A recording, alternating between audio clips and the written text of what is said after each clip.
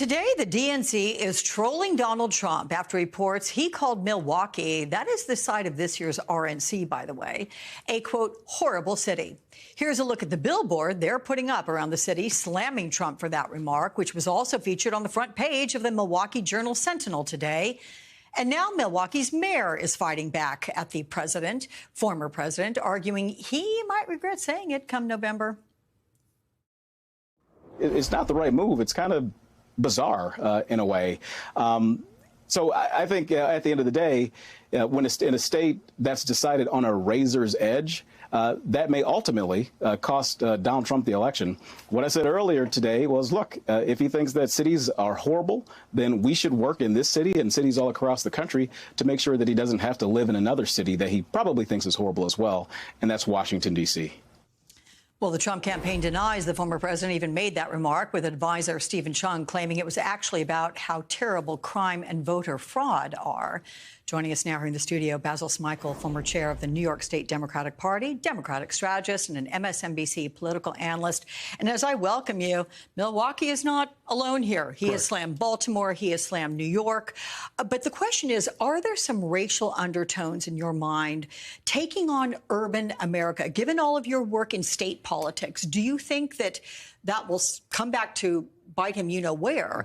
And is it the fact that voters are capable of distinguishing between urban and suburban areas in states? I mean, read into that. Yeah, sure. So he's done that both for cities and countries. Remember the asshole countries, right? Oh, yeah. And so, yes, this is absolutely racialized. It's urbanized.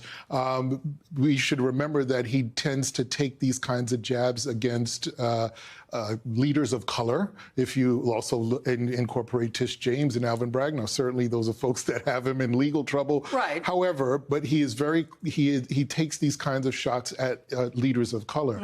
I would say that the tactic he uses is not something unlike what Republicans have used in the last few years. They try to point to issues that may be representative of cities and get that to expand into the suburbs. We saw that in New York in some of those congressional races and even in the gubernatorial election back in 2022. So there are ways in which they try to take these quote-unquote urban problems, expand it, extrapolate it for the suburbs to try to move suburban voters to go to the polls to vote on issues that aren't very specific to them. Right. And so, yes, it is racialized, it is urbanized. It's a tactic that Republicans have used quite extensively. And Effectively, though?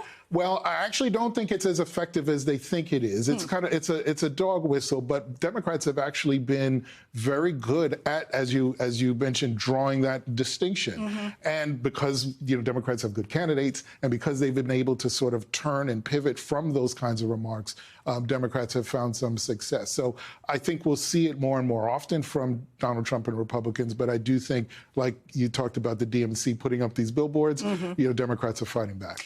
So there's a new piece, it's in Semaphore, and it says that it sought to interview Trump about his apparent gains with black men, with a focus on race being influenced by black men he's been around over his life. And when asked about how he responds to black voters who call him racist, here's what he says.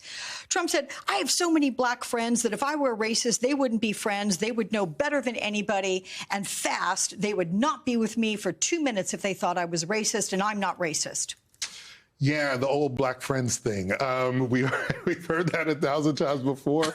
Just because you know some black people doesn't mean you understand or actually get what African Americans are going through. The fact that you and just going back to your first question, the fact that you attack African American leaders, that in many ways the attacks on Milwaukee are sort of done in conjunction with the attacks on diversity, equity, and inclusion that did not earn it. The Republicans have lumped a lot of that stuff in. So what does that say?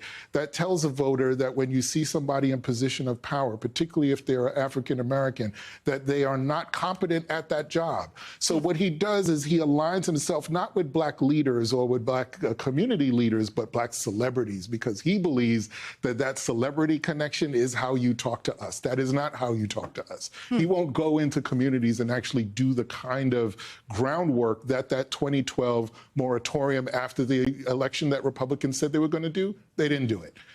So it's just a lot of talk, and it's pandering, it's condescending, and it's insulting.